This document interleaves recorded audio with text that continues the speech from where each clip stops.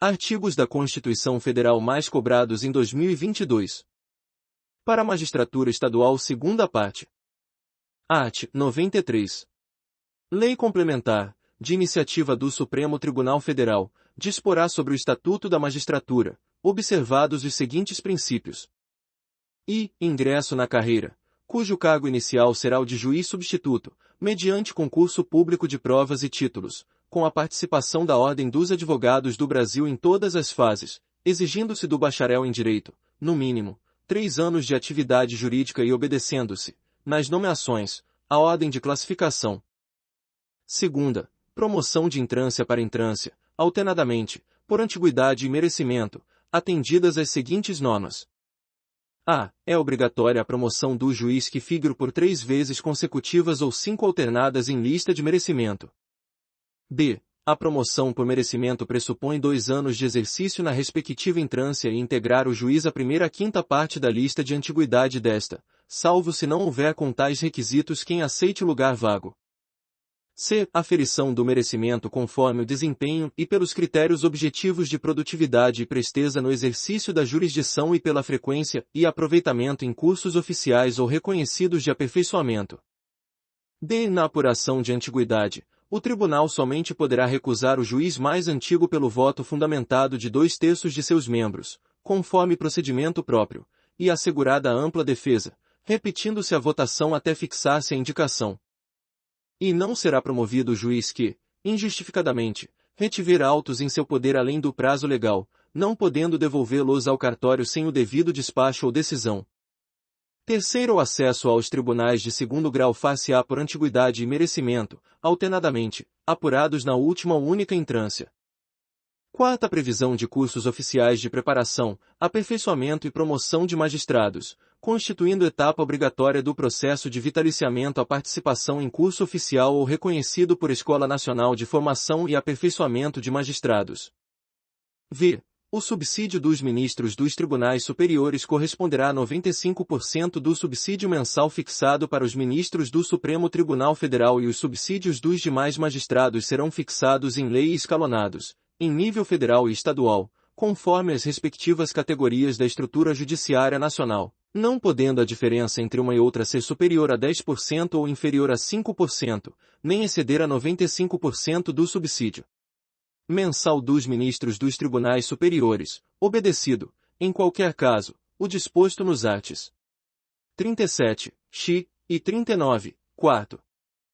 Sexta, a aposentadoria dos magistrados e a pensão de seus dependentes observarão o disposto no artigo 40. Sétimo, o juiz titular residirá na respectiva comarca, salvo autorização do tribunal. Oitava, o ato de remoção ou de disponibilidade do magistrado, por interesse público, fundar-se-á em decisão por voto da maioria absoluta do respectivo tribunal ou do Conselho Nacional de Justiça, assegurada a ampla defesa. 8. A remoção a pedido ou a permuta de magistrados de comarca de igual entrância atenderá, no que couber, ao disposto nas alíneas A, B, C e do inciso 2º. 9. Todos os julgamentos dos órgãos do Poder Judiciário serão públicos, e fundamentadas todas as decisões, sob pena de nulidade, podendo a lei limitar a presença, em determinados atos, às próprias partes e a seus advogados, ou somente a estes, em casos nos quais a preservação do direito à intimidade do interessado no sigilo não prejudique o interesse público à informação. X. As decisões administrativas dos tribunais serão motivadas em sessão pública, sendo as disciplinares tomadas pelo voto da maioria absoluta de seus membros. X. Nos tribunais com número superior a 25 julgadores, poderá ser constituído órgão especial, com o mínimo de 11 e o máximo de 25 membros, para o exercício das atribuições administrativas e jurisdicionais delegadas da competência do Tribunal Pleno, provendo-se metade das vagas por antiguidade e a outra metade por eleição pelo Tribunal Pleno. 12. A atividade jurisdicional será ininterrupta, sendo vedado férias coletivas nos juízos e tribunais de segundo grau, funcionando, nos dias em que não houver expediente forense normal, juízes em plantão permanente. 13. O número de juízes na unidade jurisdicional será proporcional à efetiva demanda judicial e à respectiva população. 14. Os servidores receberão delegação para a prática de atos de administração e atos de mero expediente sem caráter decisório. 15. A distribuição de processos será imediata, em todos os graus de jurisdição. Art. 95. Os juízes gozam das seguintes garantias. I. Vitaliciedade, que, no primeiro grau, só será adquirida após 2 anos de exercício, dependendo a perda do cargo, nesse período, de deliberação do tribunal a que o juiz estiver vinculado, e, nos demais casos, de sentença judicial transitada em julgado. Segunda, inamovibilidade, salvo por motivo de interesse público, na forma do artigo 93, oitava. Terceira, irredutibilidade de subsídio, ressalvado o disposto nos arts. 37, x e x, 39, quarto, 150, segunda, 153, terceira, e 153, segundo, e. Parágrafo único. Aos juízes é vedado i. Exercer, ainda que em disponibilidade, outro cargo ou função, salvo uma de magistério. Segunda, receber, a qualquer título ou pretexto, custas ou participação em processo. Terceira, dedicar-se à atividade político-partidária. Quarta, receber, a qualquer título ou pretexto, auxílios ou contribuições de pessoas físicas, entidades públicas ou privadas, ressalvadas as exceções previstas em lei.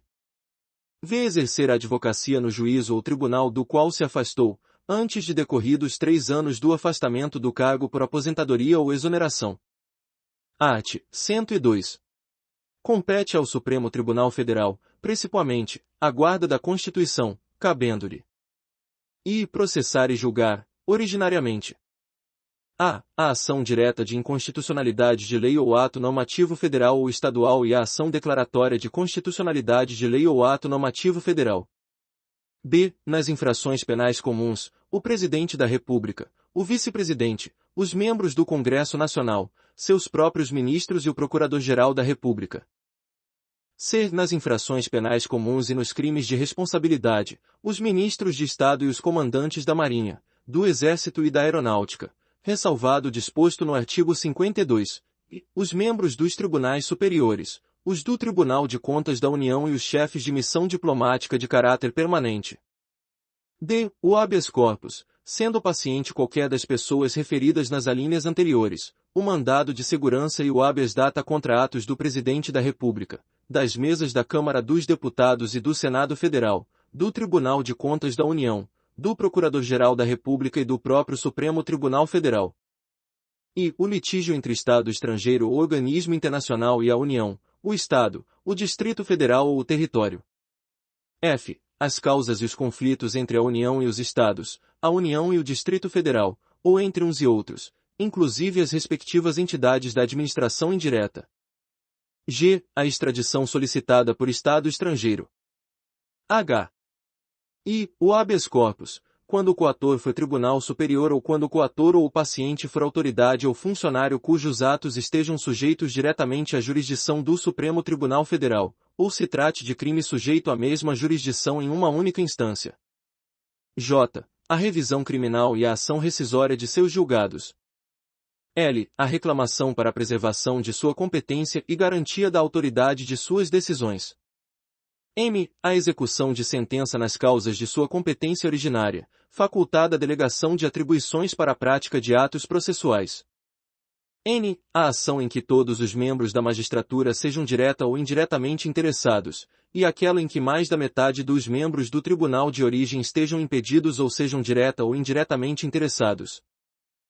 Os conflitos de competência entre o Superior Tribunal de Justiça e quaisquer tribunais, entre tribunais superiores, ou entre estes e qualquer outro tribunal. P. O pedido de medida cautelar das ações diretas de inconstitucionalidade. Q. O mandado de injunção, quando a elaboração da norma regulamentadora for atribuição do Presidente da República, do Congresso Nacional, da Câmara dos Deputados, do Senado Federal, das mesas de uma dessas casas legislativas, do Tribunal de Contas da União, de um dos tribunais superiores, ou do próprio Supremo Tribunal Federal. R. As ações contra o Conselho Nacional de Justiça e contra o Conselho Nacional do Ministério Público. Segunda, julgar, em recurso ordinário. A. O habeas corpus, o mandado de segurança, o habeas data e o mandado de injunção decididos em única instância pelos tribunais superiores, se denegatória a decisão. B. O crime político. Terceira, julgar, mediante recurso extraordinário, as causas decididas em única ou última instância, quando a decisão recorrida. A. Contrariar dispositivo desta Constituição. B. Declarar a inconstitucionalidade de tratado ou lei federal. C. Julgar válida lei ou ato de governo local contestado em face desta Constituição. D. Julgar válida lei local contestada em face de lei federal. Primeiro, a arguição de descumprimento de preceito fundamental, decorrente desta Constituição, será apreciada pelo Supremo Tribunal Federal, na forma da lei. Segundo, as decisões definitivas de mérito, proferidas pelo Supremo Tribunal Federal, nas ações diretas de inconstitucionalidade e nas ações declaratórias de constitucionalidade produzirão eficácia contra todos e efeito vinculante, relativamente aos demais órgãos do Poder Judiciário e à administração pública direta e indireta, nas esferas federal, estadual e municipal. Terceiro, no recurso extraordinário, o recorrente deverá demonstrar a repercussão geral das questões constitucionais discutidas no caso, nos termos da lei, a fim de que o tribunal examine a admissão do recurso, somente podendo recusá-lo pela manifestação de 2/3 de seus membros. Artigo 103-A. O Supremo Tribunal Federal poderá, de ofício ou por provocação, mediante decisão de 2/3 dos seus membros, após reiteradas decisões sobre matéria constitucional, aprovar súmula que, a partir de sua publicação na imprensa oficial, terá efeito vinculante em relação aos demais órgãos do Poder Judiciário e à administração pública direta e indireta, nas esferas federal, estadual e municipal, bem como proceder à sua revisão ou cancelamento, na forma estabelecida em lei. Primeiro, a súmula terá por objetivo a validade, a interpretação e a eficácia de normas determinadas, acerca das quais haja controvérsia atual entre órgãos judiciários ou entre esses e a administração pública que acarrete grave insegurança jurídica e relevante multiplicação de processos sobre questão idêntica. Segundo, sem prejuízo do que vier a ser estabelecido em lei, a aprovação, revisão ou cancelamento de súmula poderá ser provocada por aqueles que podem propor a ação direta de inconstitucionalidade. Terceiro, do ato administrativo ou decisão judicial que contrariar a súmula aplicável ou que indevidamente a aplicar, caberá reclamação ao Supremo Tribunal Federal que, julgando-a procedente, anulará o ato administrativo ou cassará a decisão judicial reclamada, e determinará que outra seja proferida com ou sem a aplicação da súmula, conforme o caso. Art. 105.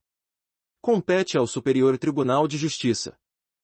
I. Processar e julgar, originariamente. A. Nos crimes comuns, os governadores dos Estados e do Distrito Federal, e nestes e nos de responsabilidade, os desembargadores dos Tribunais de Justiça dos Estados e do Distrito Federal, os membros dos Tribunais de Contas dos Estados e do Distrito Federal, os dos Tribunais Regionais Federais, dos Tribunais Regionais Eleitorais e do Trabalho, os membros dos Conselhos ou Tribunais de Contas dos Municípios e os do Ministério Público da União que oficiem perante tribunais. B. Os mandados de segurança e os habeas data contra ato de ministro de Estado, dos comandantes da Marinha, do Exército e da Aeronáutica ou do próprio tribunal. C. Os habeas corpus, quando o coator ou paciente for qualquer das pessoas mencionadas na alínea A, ou quando o coator for tribunal sujeito à sua jurisdição, ministro de Estado ou comandante da Marinha, do Exército ou da Aeronáutica, ressalvada a competência da Justiça Eleitoral. A. Contrariar dispositivo desta Constituição. D. Os conflitos de competência entre quaisquer tribunais, ressalvado o disposto no artigo 102, e, bem como entre tribunal e juízes a ele não vinculados e entre juízes vinculados a tribunais diversos. E. As revisões criminais e as ações rescisórias de seus julgados. F. A reclamação para a preservação de sua competência e garantia da autoridade de suas decisões. G. Os conflitos de atribuições entre autoridades administrativas e judiciárias da União, ou entre autoridades judiciárias de um Estado e administrativas de outro ou do Distrito Federal, ou entre as deste da União. H. O mandado de injunção, quando a elaboração da norma regulamentadora for atribuição de órgão, entidade ou autoridade federal, da administração direta ou indireta, excetuados os casos de competência do Supremo Tribunal Federal e dos órgãos da Justiça Militar, da Justiça Eleitoral, da Justiça do Trabalho e da Justiça Federal. I. A homologação de sentenças estrangeiras e a concessão de exequaturas cartas rogatórias. Segunda, julgar, em recurso ordinário. A. Os habeas corpus decididos em única ou última instância pelos tribunais regionais federais ou pelos tribunais dos estados, do Distrito Federal e territórios, quando a decisão for denegatória.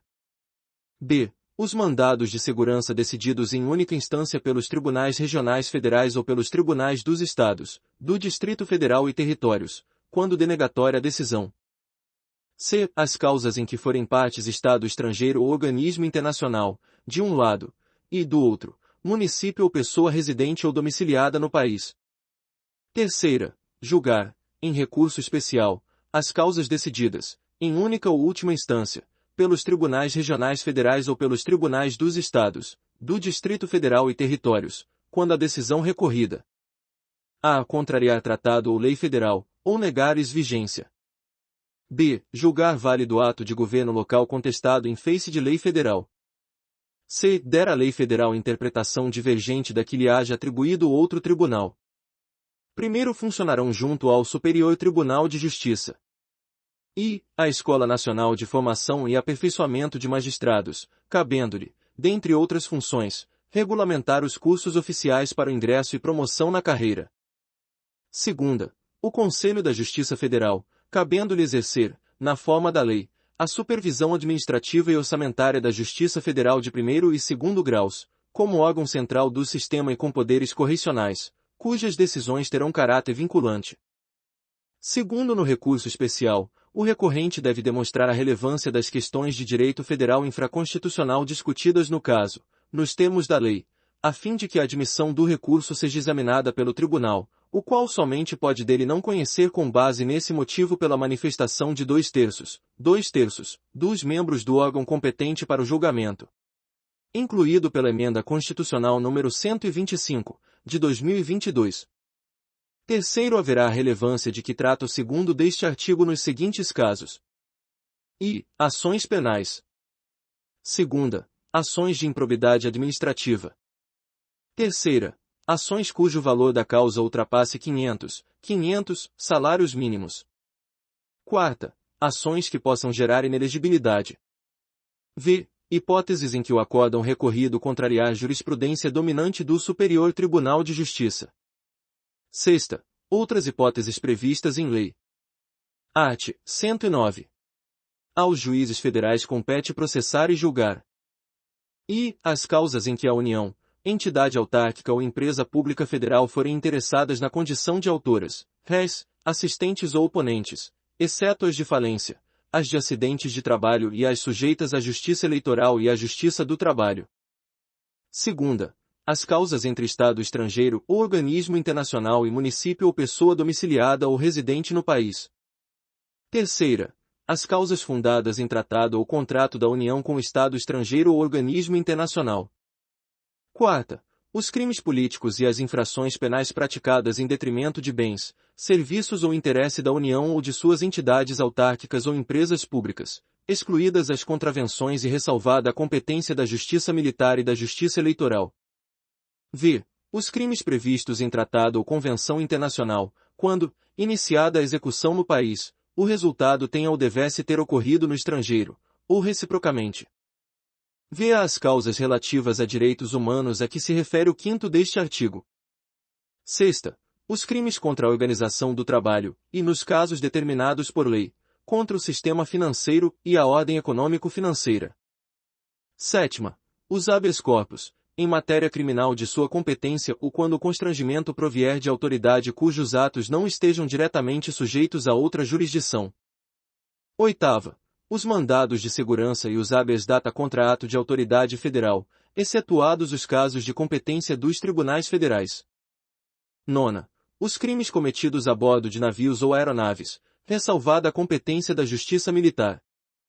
X, os crimes de ingresso ou permanência irregular de estrangeiro, a execução de carta rogatória, após o exequatur, e de sentença estrangeira, após a homologação, as causas referentes à nacionalidade, inclusive a respectiva opção, e a naturalização. X. A disputa sobre direitos indígenas. Primeiro, as causas em que a União for autora serão aforadas na seção judiciária onde tiver domicílio a outra parte. Segundo, as causas intentadas contra a União poderão ser aforadas na seção judiciária em que for domiciliado o autor, naquela onde houver ocorrido o ato ou fato que deu origem à demanda ou onde esteja situada a coisa, ou, ainda, no Distrito Federal. Terceiro, lei poderá autorizar que as causas de competência da Justiça Federal em que forem parte instituição de previdência social e segurado possam ser processadas e julgadas na Justiça Estadual quando a comarca do domicílio do segurado não for sede de vara federal. Quarto, na hipótese do parágrafo anterior, o recurso cabível será sempre para o Tribunal Regional Federal na área de jurisdição do juiz de primeiro grau. Quinto, nas hipóteses de grave violação de direitos humanos, o Procurador-Geral da República, com a finalidade de assegurar o cumprimento de obrigações decorrentes de tratados internacionais de direitos humanos dos quais o Brasil seja parte, poderá suscitar, perante o Superior Tribunal de Justiça, em qualquer fase do inquérito ou processo, incidente de deslocamento de competência para a Justiça Federal. Art. 125. Os Estados organizarão sua justiça, observados os princípios estabelecidos nesta Constituição. Primeiro, a competência dos tribunais será definida na Constituição do Estado, sendo a Lei de Organização Judiciária de iniciativa do Tribunal de Justiça. Segundo, cabe aos Estados a instituição de representação de inconstitucionalidade de leis ou atos normativos estaduais ou municipais em face da Constituição Estadual, vedada a atribuição da legitimação para agir a um único órgão. Terceiro, a lei estadual poderá criar, mediante proposta do Tribunal de Justiça, a Justiça Militar Estadual, constituída, em primeiro grau, pelos juízes de direito e pelos conselhos de justiça, em segundo grau, pelo próprio Tribunal de Justiça, ou por Tribunal de Justiça Militar nos estados em que o efetivo militar seja superior a 20.000 integrantes. Quarto, compete à Justiça Militar Estadual processar e julgar os militares dos estados, nos crimes militares definidos em lei e as ações judiciais contra atos disciplinares militares, ressalvada a competência do júri quando a vítima for civil, cabendo ao tribunal competente decidir sobre a perda do posto e da patente dos oficiais e da graduação das praças. Quinto, compete aos juízes de direito do juízo militar processar e julgar, singularmente, os crimes militares cometidos contra civis e as ações judiciais contra atos disciplinares militares, cabendo ao Conselho de Justiça, sob a presidência de juiz de direito, processar e julgar os demais crimes militares. Sexto, o Tribunal de Justiça poderá funcionar descentralizadamente, constituindo câmaras regionais, a fim de assegurar o pleno acesso do jurisdicionado à justiça em todas as fases do processo. Sétimo, o Tribunal de Justiça instalará a justiça itinerante, com a realização de audiências e demais funções da atividade jurisdicional, nos limites territoriais da respectiva jurisdição, servindo-se de equipamentos públicos e comunitários. Art. 136. O Presidente da República pode, ouvidos o Conselho da República e o Conselho de Defesa Nacional, decretar estado de defesa para preservar ou prontamente restabelecer, em locais restritos e determinados, a ordem pública ou a paz social ameaçadas por grave e iminente instabilidade institucional ou atingidas por calamidades de grandes proporções na natureza. Primeiro, o decreto que instituir o estado de defesa determinará o tempo de sua duração, especificará as áreas a serem abrangidas e indicará, nos termos e limites da lei, as medidas coercitivas a vigorarem, dentre as seguintes: i. Restrições aos direitos de a. Reunião, ainda que exercida no seio das associações. b. Sigilo de correspondência. c. Sigilo de comunicação telegráfica e telefônica. Segunda, ocupação e uso temporário de bens e serviços públicos, na hipótese de calamidade pública, respondendo à União pelos danos e custos decorrentes. Segundo, o tempo de duração do estado de defesa não será superior a 30 dias, podendo ser prorrogado uma vez, por igual período, se persistirem as razões que justificaram a sua decretação. Terceiro, na vigência do estado de defesa. E a prisão por crime contra o Estado, determinada pelo executor da medida, será por este comunicada imediatamente ao juiz competente, que a relaxará, se não for legal, facultado ao preso requerer exame de corpo de delito à autoridade policial. Segunda, a comunicação será acompanhada de declaração, pela autoridade, do estado físico e mental do detido no momento de sua autuação. Terceira, a prisão ou detenção de qualquer pessoa não poderá ser superior a 10 dias, salvo quando autorizada pelo Poder Judiciário. Quarta, é vedada a incomunicabilidade do preso.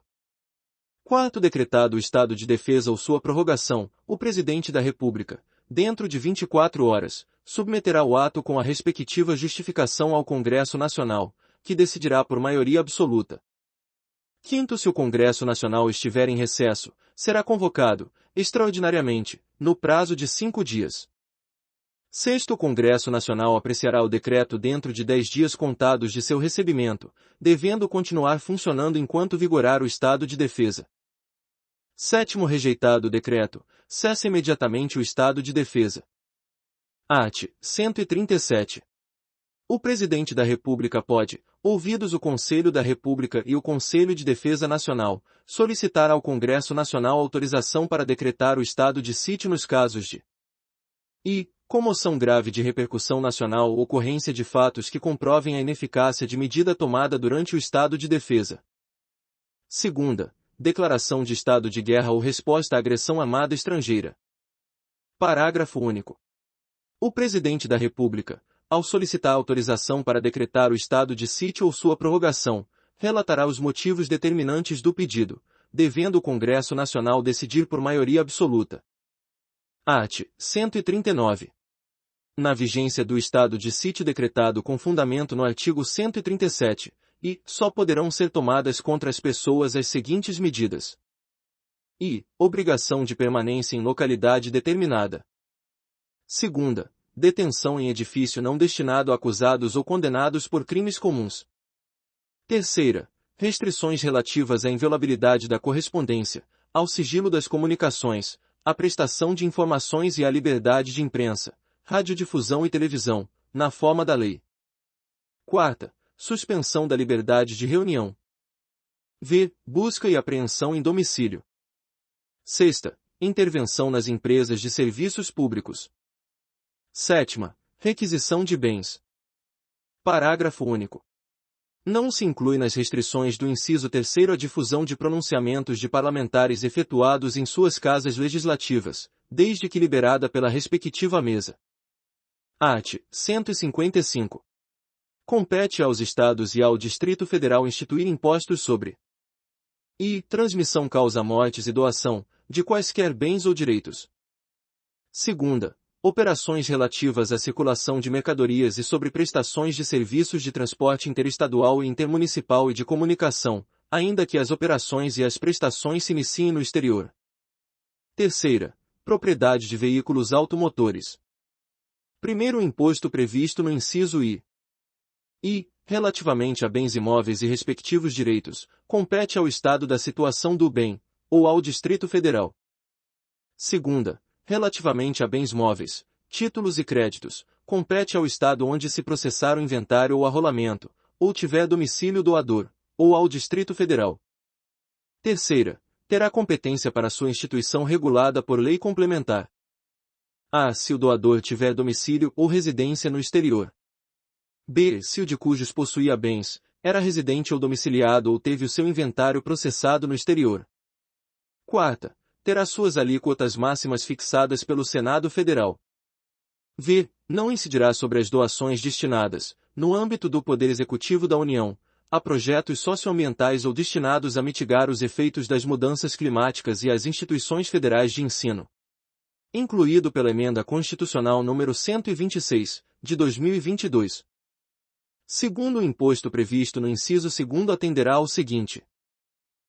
Será não cumulativo, compensando-se o que for devido em cada operação relativa à circulação de mercadorias ou prestação de serviços com montante cobrado nas anteriores pelo mesmo ou outro Estado ou pelo Distrito Federal. Segunda, a isenção ou não incidência, salvo determinação em contrário da legislação. A. Não implicará crédito para compensação com o montante devido nas operações ou prestações seguintes. B. Acarretará a anulação do crédito relativo às operações anteriores. Terceira, poderá ser seletivo, em função da essencialidade das mercadorias e dos serviços. Quarta, resolução do Senado Federal, de iniciativa do Presidente da República ou de 1/3 dos senadores, aprovada pela maioria absoluta de seus membros, estabelecerá as alíquotas aplicáveis às operações e prestações, interestaduais e de exportação. V. É facultado ao Senado Federal.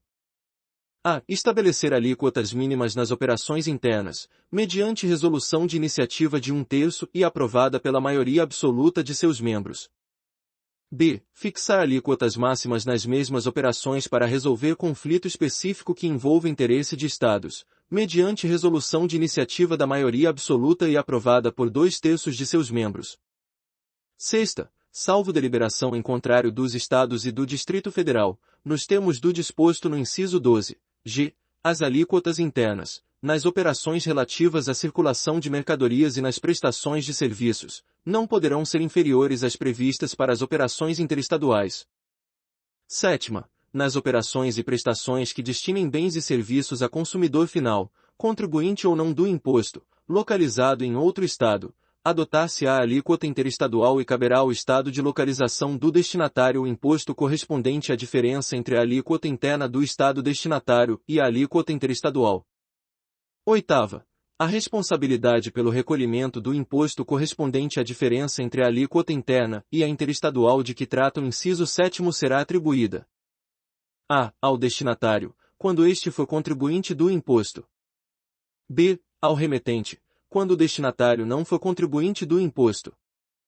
Nona, incidirá também a. Sobre a entrada de bem ou mercadoria importados do exterior por pessoa física ou jurídica, ainda que não seja contribuinte habitual do imposto, qualquer que seja a sua finalidade, assim como sobre o serviço prestado no exterior, cabendo o imposto ao Estado onde estiver situado o domicílio ou o estabelecimento do destinatário da mercadoria, bem ou serviço.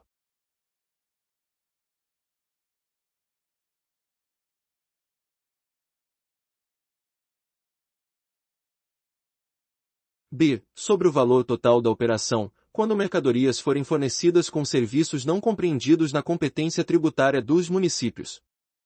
X. Não incidirá a. Sobre operações que destinem mercadorias para o exterior, nem sobre serviços prestados a destinatários no exterior, assegurada a manutenção e o aproveitamento do montante do imposto cobrado nas operações e prestações anteriores.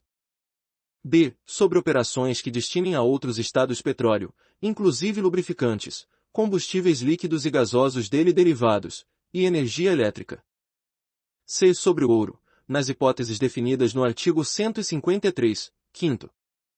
D. Nas prestações de serviço de comunicação nas modalidades de radiodifusão sonora e de sons e imagens de recepção livre e gratuita.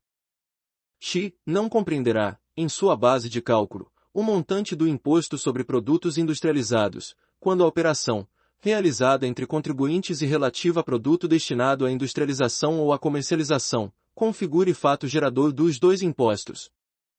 12. Cabe à lei complementar a. Definir seus contribuintes. B. Dispor sobre substituição tributária.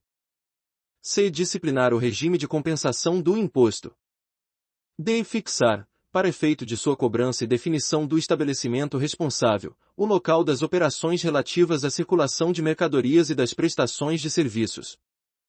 E excluir da incidência do imposto, nas exportações para o exterior, serviços e outros produtos além dos mencionados no inciso X. F. Prever casos de manutenção de crédito, relativamente à remessa para outro Estado e exportação para o exterior, de serviços e de mercadorias. G. Regular a forma como, mediante deliberação dos Estados e do Distrito Federal, isenções, incentivos e benefícios fiscais serão concedidos e revogados. H. Definir os combustíveis e lubrificantes sobre os quais o imposto incidirá uma única vez, qualquer que seja a sua finalidade, hipótese em que não se aplicará o disposto no inciso X, B. E fixar a base de cálculo, de modo que o montante do imposto a integre, também na importação do exterior de bem, mercadoria ou serviço. Terceiro, a exceção dos impostos de que tratam o inciso 2º do caput deste artigo e o artigo 153, e segunda, nenhum outro imposto poderá incidir sobre operações relativas à energia elétrica, serviços de telecomunicações, derivados de petróleo, combustíveis e minerais do país. Quarto, na hipótese do inciso 12, h, observar-se-á o seguinte. E, nas operações com os lubrificantes e combustíveis derivados de petróleo, o imposto caberá ao Estado onde ocorrer o consumo. Segunda, nas operações interestaduais, entre contribuintes, com gás natural e seus derivados, e lubrificantes e combustíveis não incluídos no inciso I deste parágrafo, o imposto será repartido entre os estados de origem e de destino, mantendo-se a mesma proporcionalidade que ocorre nas operações com as demais mercadorias. Terceira, nas operações interestaduais com gás natural e seus derivados, e lubrificantes e combustíveis não incluídos no inciso I deste parágrafo, destinadas a não contribuinte, o imposto caberá ao estado de origem. Quarta, as alíquotas do imposto serão definidas mediante deliberação dos Estados e Distrito Federal, nos termos do segundo, 12g, observando-se o seguinte. A. Serão uniformes em todo o território nacional, podendo ser diferenciadas por produto. B. Poderão ser específicas, por unidade de medida adotada, ou ad valorem, incidindo sobre o valor da operação ou sobre o preço que o produto ou seu similar alcançaria em uma venda em condições de livre concorrência. C. Poderão ser reduzidas e restabelecidas, não se lhes aplicando o disposto no artigo 150, terceira, b. Quinto, as regras necessárias à aplicação do disposto no quarto, inclusive as relativas à apuração e à destinação do imposto, serão estabelecidas mediante deliberação dos Estados e do Distrito Federal, nos termos do segundo, 12g. Sexto, o imposto previsto no inciso terceiro I. Terá alíquotas mínimas fixadas pelo Senado Federal. Segunda, poderá ter alíquotas diferenciadas em função do tipo e utilização. Art. 164. A competência da União para emitir moeda será exercida exclusivamente pelo Banco Central. Primeiro, é vedado ao Banco Central conceder, direta ou indiretamente, empréstimos ao Tesouro Nacional e a qualquer órgão ou entidade que não seja instituição financeira. Segundo, o Banco Central poderá comprar e vender títulos de emissão do Tesouro Nacional, com o objetivo de regular a oferta de moeda ou a taxa de juros. Terceiro, as disponibilidades de caixa da União serão depositadas no Banco Central, as dos Estados, do Distrito Federal, dos municípios e dos órgãos ou entidades do poder público e das empresas por ele controladas, em instituições financeiras oficiais, ressalvados os casos previstos em lei. Artigo 164-A. A União, os Estados, o Distrito Federal e os municípios devem conduzir suas políticas fiscais de forma a manter a dívida pública em níveis sustentáveis, na forma da lei complementar referida no inciso 8º do caput do artigo 163 desta Constituição. Incluído pela Emenda Constitucional nº 109, de 2021. Parágrafo único. A elaboração e a execução de planos e orçamentos devem refletir a compatibilidade dos indicadores fiscais com a sustentabilidade da dívida. Art. 166. Os projetos de lei relativos ao Plano Plurianual, às diretrizes orçamentárias, ao orçamento anual e aos créditos adicionais serão apreciados pelas duas casas do Congresso Nacional, na forma do regimento comum. Primeiro, caberá a uma comissão mista permanente de senadores e deputados. E. Examinar e emitir parecer sobre os projetos referidos neste artigo e sobre as contas apresentadas anualmente pelo Presidente da República. Segunda, examinar e emitir parecer sobre os planos e programas nacionais, regionais e setoriais previstos nesta Constituição e exercer o acompanhamento e a fiscalização orçamentária, sem prejuízo da atuação das demais comissões do Congresso Nacional e de suas casas, criadas de acordo com o artigo 58. Segundo, as emendas serão apresentadas na comissão mista, que sobre elas emitirá parecer, e apreciadas, na forma regimental, pelo plenário das duas casas do Congresso Nacional. Terceiro, as emendas ao projeto de lei do orçamento anual ou aos projetos que o modifiquem somente podem ser aprovadas caso e sejam compatíveis com o Plano Plurianual e com a Lei de Diretrizes Orçamentárias. Segunda, indiquem os recursos necessários, admitidos apenas os provenientes de anulação de despesa, excluídas as que incidam sobre a. Dotações para pessoal e seus encargos. B. Serviço da dívida. C. Transferências tributárias constitucionais para estados, municípios e Distrito Federal, ou terceira, sejam relacionadas a. Com a correção de erros ou omissões, ou b. Com os dispositivos do texto do projeto de lei. Quarto, as emendas ao projeto de lei de diretrizes orçamentárias não poderão ser aprovadas quando incompatíveis com o Plano Plurianual. Quinto, o Presidente da República poderá enviar mensagem ao Congresso Nacional para propor modificação nos projetos a que se refere este artigo enquanto não iniciada a votação, na comissão mista, da parte cuja alteração é proposta. Sexto, os projetos de lei do Plano Plurianual, das diretrizes orçamentárias e do orçamento anual serão enviados pelo Presidente da República ao Congresso Nacional, nos termos da lei complementar a que se refere o artigo 165, 9º. 7º, aplicam-se aos projetos mencionados neste artigo, no que não contrariar o disposto nesta seção, as demais normas relativas ao processo legislativo. 8º, os recursos que, em decorrência de veto, emenda ou rejeição do projeto de lei orçamentária anual, ficarem sem despesas correspondentes poderão ser utilizados, conforme o caso, mediante créditos especiais ou suplementares, com prévia e específica autorização legislativa. 9º, as emendas individuais ao projeto de lei orçamentária serão aprovadas no limite de 2%, da receita corrente líquida do exercício anterior ao do encaminhamento do projeto, observado que a metade desse percentual será destinada a ações e serviços públicos de saúde. Redação dada pela Emenda Constitucional número 126, de 2022. 9º, a do limite a que se refere o 9º deste artigo, 1,55%, 1 inteiro e 55%, caberá às emendas de deputados de 0,45%, 45%, as de senadores. 10.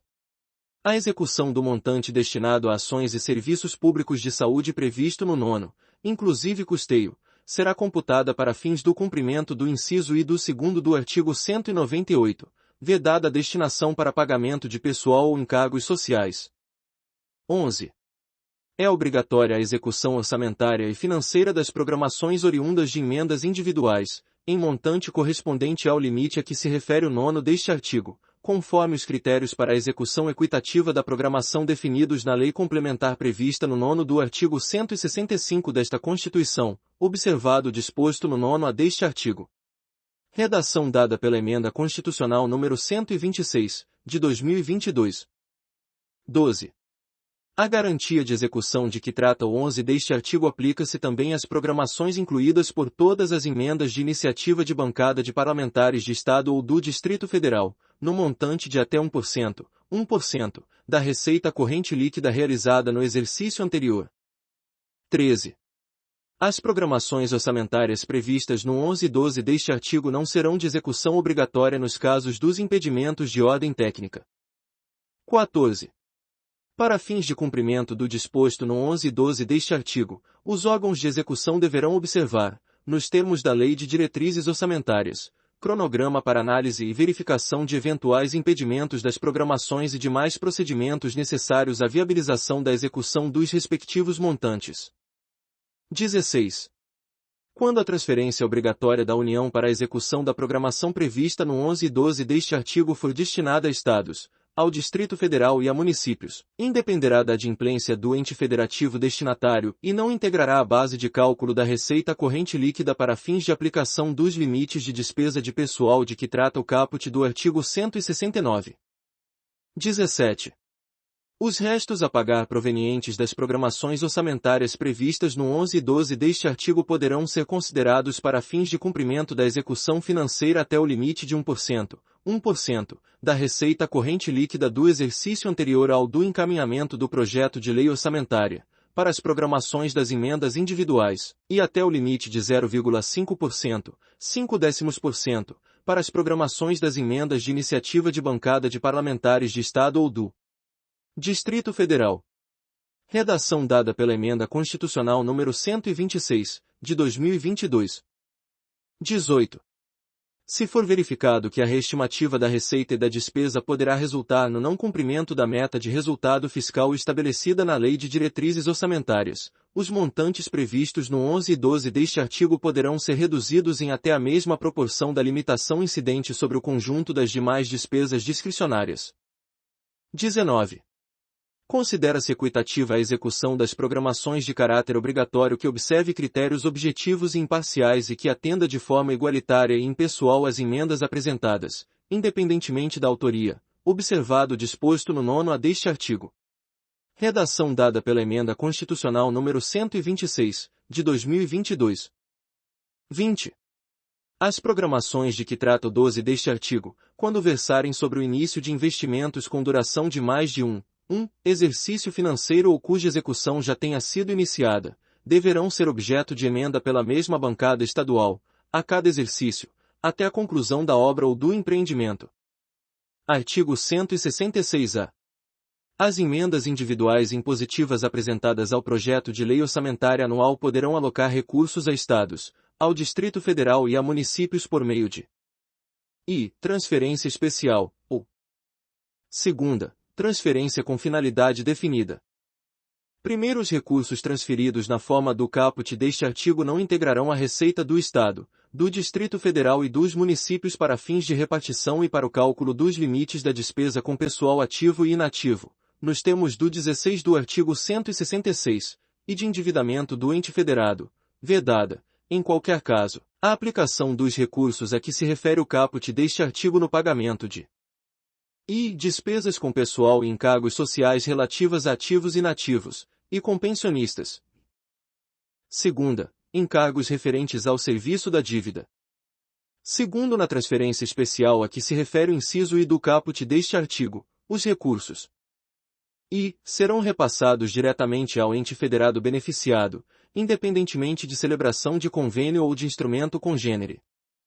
Segunda, pertencerão ao ente federado no ato da efetiva transferência financeira, e terceira, serão aplicadas em programações finalísticas das áreas de competência do Poder Executivo do ente federado beneficiado, observado o disposto no 5º deste artigo. Terceiro, o ente federado beneficiado da transferência especial a que se refere o inciso I do caput deste artigo poderá firmar contratos de cooperação técnica para fins de subsidiar o acompanhamento da execução orçamentária na aplicação dos recursos. Quarto, na transferência com finalidade definida a que se refere o inciso 2º do caput deste artigo, os recursos serão vinculados à programação estabelecida na emenda parlamentar e segunda, aplicados nas áreas de competência constitucional da União. Quinto, pelo menos 70% das transferências especiais de que trata o inciso I do caput deste artigo deverão ser aplicadas em despesas de capital, observada a restrição a que se refere o inciso 2º do 1º deste artigo. Art. 176. As jazidas, em lavra ou não, e demais recursos minerais e os potenciais de energia hidráulica constituem propriedade distinta da do solo, para efeito de exploração ou aproveitamento, e pertencem à União, garantida ao concessionário a propriedade do produto da lavra. Primeiro, a pesquisa e a lavra de recursos minerais e o aproveitamento dos potenciais a que se refere o caput deste artigo somente poderão ser efetuados mediante autorização ou concessão da União, no interesse nacional, por brasileiros ou empresa constituída sob as leis brasileiras e que tenha sua sede e administração no país, na forma da lei, que estabelecerá as condições específicas quando essas atividades se desenvolverem em faixa de fronteira ou terras indígenas. Segundo, é assegurada a participação ao proprietário do solo nos resultados da lavra, na forma e no valor que dispuser a lei. Terceiro, a autorização de pesquisa será sempre por prazo determinado, e as autorizações e concessões previstas neste artigo não poderão ser cedidas ou transferidas, total ou parcialmente, sem prévia anuência do poder concedente. Quarto, não dependerá de autorização ou concessão o aproveitamento do potencial de energia renovável de capacidade reduzida. Art. 178. A lei disporá sobre a ordenação dos transportes aéreo, aquático e terrestre, devendo, quanto à ordenação do transporte internacional, observar os acordos firmados pela União, atendido o princípio da reciprocidade. Parágrafo único. Na ordenação do transporte aquático, a lei estabelecerá as condições em que o transporte de mercadorias na cabotagem e a navegação interior poderão ser feitos por embarcações estrangeiras. Art. 182. A política de desenvolvimento urbano, executada pelo Poder Público Municipal, conforme diretrizes gerais fixadas em lei, tem por objetivo ordenar o pleno desenvolvimento das funções sociais da cidade e garantir o bem-estar de seus habitantes. Primeiro, o plano diretor, aprovado pela Câmara Municipal, obrigatório para cidades com mais de 20.000 habitantes, é o instrumento básico da política de desenvolvimento e de expansão urbana. Segundo, a propriedade urbana cumpre sua função social quando atende às exigências fundamentais de ordenação da cidade expressas no plano diretor. Terceiro, as desapropriações de imóveis urbanos serão feitas com prévia e justa indenização em dinheiro. Quarto, é facultado ao Poder Público Municipal, mediante lei específica para a área incluída no plano diretor, exigir, nos termos da lei federal, do proprietário do solo urbano não edificado, subutilizado ou não utilizado, que promova seu adequado aproveitamento, sob pena, sucessivamente, de I. Parcelamento ou edificação compulsórios. Segunda, imposto sobre a propriedade predial e territorial urbana progressivo no tempo. Terceira, desapropriação com pagamento mediante títulos da dívida pública de emissão previamente aprovada pelo Senado Federal, com prazo de resgate de até 10 anos, em parcelas anuais, iguais e sucessivas, assegurados o valor real da indenização e os juros legais. Art. 195. A Seguridade Social será financiada por toda a sociedade, de forma direta e indireta, nos termos da lei, mediante recursos provenientes dos orçamentos da União, dos Estados, do Distrito Federal e dos municípios, e das seguintes contribuições sociais. I. Do empregador, da empresa e da entidade a ela equiparada na forma da lei, incidentes sobre a folha de salários e demais rendimentos do trabalho pagos ou creditados, a qualquer título, a pessoa física que lhe preste serviço, mesmo sem vínculo empregatício. B. A receita ou o faturamento. C. O lucro. Segunda, do trabalhador e dos demais segurados da Previdência Social, podendo ser adotadas alíquotas progressivas de acordo com o valor do salário de contribuição, não incidindo contribuição sobre aposentadoria e pensão concedidas pelo Regime Geral de Previdência Social. Terceira, sobre a receita de concursos de prognósticos. Quarta, do importador de bens ou serviços do exterior, ou de quem a lei a ele equiparar. Pessoa física que lhe preste serviço, mesmo sem vínculo empregatício.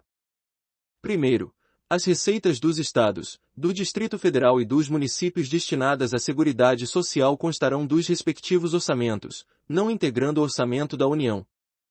Segundo, a proposta de orçamento da Seguridade Social será elaborada de forma integrada pelos órgãos responsáveis pela saúde, previdência social e assistência social, tendo em vista as metas e prioridades estabelecidas na Lei de Diretrizes Orçamentárias, assegurada a cada área a gestão de seus recursos.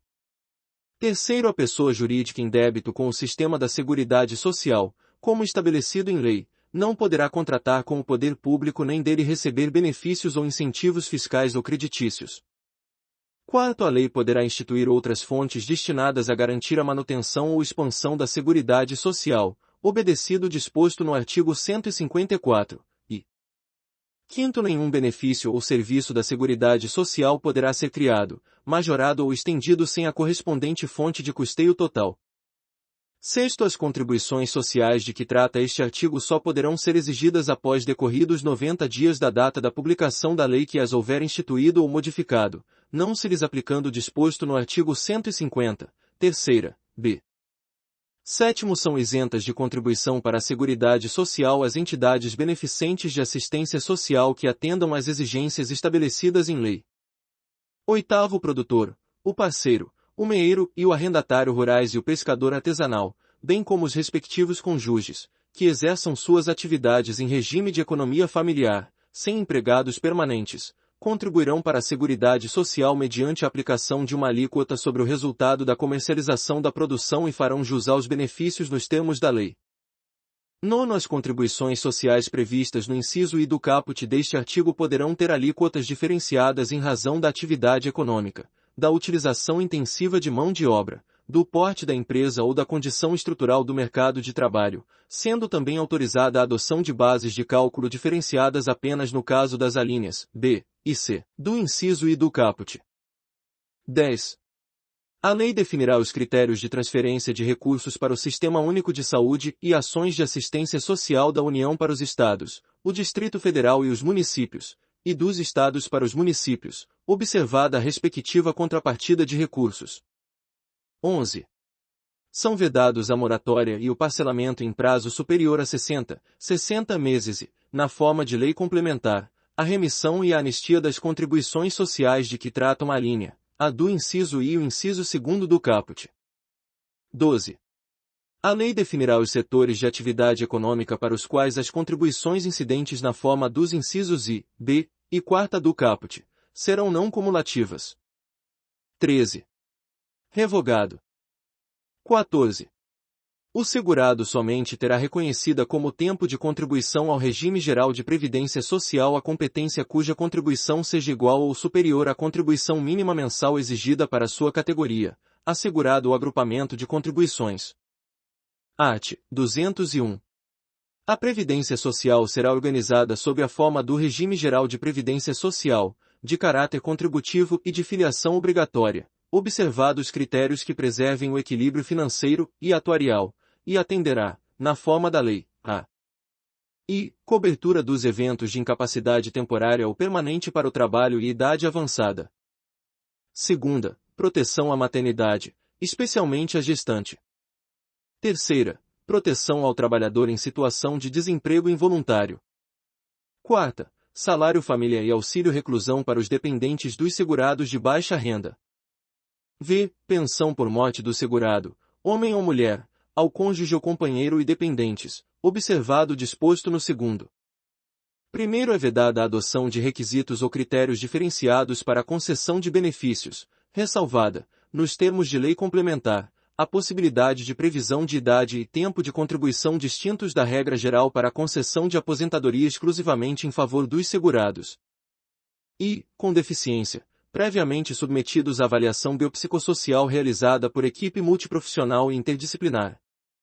Segunda, cujas atividades sejam exercidas com efetiva exposição a agentes químicos, físicos e biológicos prejudiciais à saúde, ou associação desses agentes, vedada a caracterização por categoria profissional ou ocupação. Segundo, nenhum benefício que substitua o salário de contribuição ou o rendimento do trabalho do segurado terá valor mensal inferior ao salário mínimo. Terceiro, todos os salários de contribuição considerados para o cálculo de benefício serão devidamente atualizados, na forma da lei. Quarto, é assegurado o reajustamento dos benefícios para preservar-lhes, em caráter permanente, o valor real, conforme critérios definidos em lei. Quinto, é vedada a filiação ao Regime Geral de Previdência Social, na qualidade de segurado facultativo, de pessoa participante de regime próprio de previdência. Sexto, a gratificação natalina dos aposentados e pensionistas terá por base o valor dos proventos do mês de dezembro de cada ano. Sétimo, é assegurada a aposentadoria no Regime Geral de Previdência Social, nos termos da lei, obedecidas as seguintes condições. 65 anos de idade, se homem, e 62 anos de idade, se mulher, observado o tempo mínimo de contribuição. Segunda, 60 anos de idade, se homem, e 55 anos de idade, se mulher, para os trabalhadores rurais e para os que exerçam suas atividades em regime de economia familiar, nestes incluídos o produtor rural, o garimpeiro e o pescador artesanal. Oitavo, requisito de idade a que se refere o inciso I do sétimo será reduzido em 5 anos, para o professor que comprove tempo de efetivo exercício das funções de magistério na educação infantil e no ensino fundamental e médio fixado em lei complementar. Nono, para fins de aposentadoria, será assegurada a contagem recíproca do tempo de contribuição entre o Regime Geral de Previdência Social e os regimes próprios de Previdência Social, e destes entre si, observada a compensação financeira, de acordo com os critérios estabelecidos em lei. Nono a. O tempo de serviço militar exercido nas atividades de que tratam os arts. 42, 142 e 143 e o tempo de contribuição ao Regime Geral de Previdência Social ou a regime próprio de Previdência Social terão contagem recíproca para fins de inativação militar ou aposentadoria, e a compensação financeira será devida entre as receitas de contribuição referentes aos militares e as receitas de contribuição aos demais regimes. 10. Lei complementar poderá disciplinar a cobertura de benefícios não programados, inclusive os decorrentes de acidente do trabalho, a ser atendida concorrentemente pelo Regime Geral de Previdência Social e pelo setor privado. 11. Os ganhos habituais do empregado, a qualquer título, serão incorporados ao salário para efeito de contribuição previdenciária e consequente repercussão em benefícios, nos casos e na forma da lei. 12. Lei instituirá sistema especial de inclusão previdenciária, com alíquotas diferenciadas, para atender aos trabalhadores de baixa renda, inclusive os que se encontram em situação de informalidade, e aqueles sem renda própria que se dediquem exclusivamente ao trabalho doméstico no âmbito de sua residência, desde que pertencentes a famílias de baixa renda. 13. A aposentadoria concedida ao segurado de que trata o 12 terá valor de um salário mínimo. 14. É vedada a contagem de tempo de contribuição fictício para efeito de concessão dos benefícios previdenciários e de contagem recíproca. 15. Lei complementar estabelecerá vedações, regras e condições para a acumulação de benefícios previdenciários. 16. Os empregados dos consórcios públicos, das empresas públicas, das sociedades de economia mista e das suas subsidiárias serão aposentados compulsoriamente, observado o cumprimento do tempo mínimo de contribuição, ao atingir a idade máxima de que trata o inciso 2º do 1º do artigo 40, na forma estabelecida em lei. Art. 205. A educação, direito de todos e dever do Estado e da família, será promovida e incentivada com a colaboração da sociedade, visando ao pleno desenvolvimento da pessoa, seu preparo para o exercício da cidadania e sua qualificação para o trabalho. Art. 207. As universidades gozam de autonomia didático-científica, administrativa e de gestão financeira e patrimonial, e obedecerão ao princípio de indissociabilidade entre ensino, pesquisa e extensão.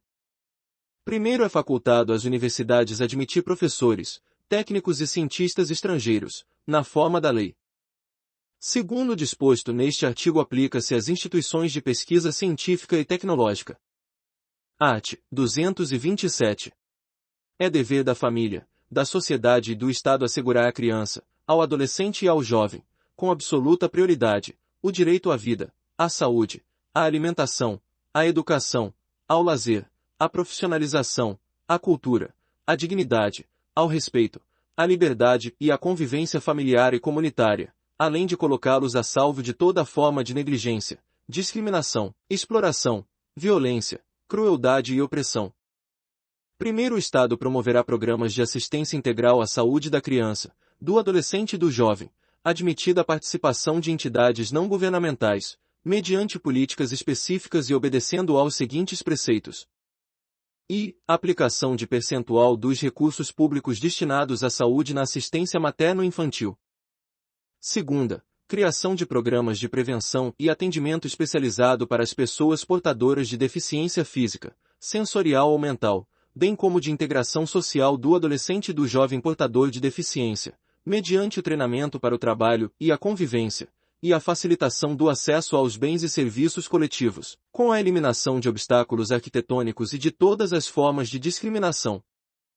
Segundo, a lei disporá sobre normas de construção dos logradouros e dos edifícios de uso público e de fabricação de veículos de transporte coletivo, a fim de garantir acesso adequado às pessoas portadoras de deficiência. Terceiro, o direito à proteção especial abrangerá os seguintes aspectos. Idade mínima de 14 anos para admissão ao trabalho, observado o disposto no artigo 7º, xxi. Segunda, garantia de direitos previdenciários e trabalhistas. Terceira, garantia de acesso do trabalhador adolescente jovem à escola. Quarta, garantia de pleno e formal conhecimento da atribuição de ato infracional, igualdade na relação processual e defesa técnica por profissional habilitado, segundo dispuser a legislação tutelar específica. V. Obediência aos princípios de brevidade, excepcionalidade e respeito à condição peculiar de pessoa em desenvolvimento, quando da aplicação de qualquer medida privativa da liberdade. Sexta, estímulo do poder público, através de assistência jurídica, incentivos fiscais e subsídios, nos termos da lei, ao acolhimento, sob a forma de guarda, de criança ou adolescente órfão ou abandonado. Sétima, programas de prevenção e atendimento especializado à criança, ao adolescente e ao jovem dependente de entorpecentes e drogas afins. Quarto, a lei punirá severamente o abuso, a violência e a exploração sexual da criança e do adolescente. Quinto, a adoção será assistida pelo poder público, na forma da lei, que estabelecerá casos e condições de sua efetivação por parte de estrangeiros. Sexto, os filhos, havidos ou não da relação do casamento, ou por adoção, terão os mesmos direitos e qualificações, proibidas quaisquer designações discriminatórias relativas à filiação.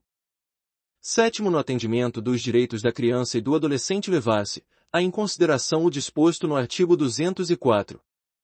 Oitavo, a lei estabelecerá o Estatuto da Juventude, destinado a regular os direitos dos jovens. Segunda, o Plano Nacional de Juventude, de duração decenal, visando a articulação das várias esferas do poder público para a execução de políticas públicas.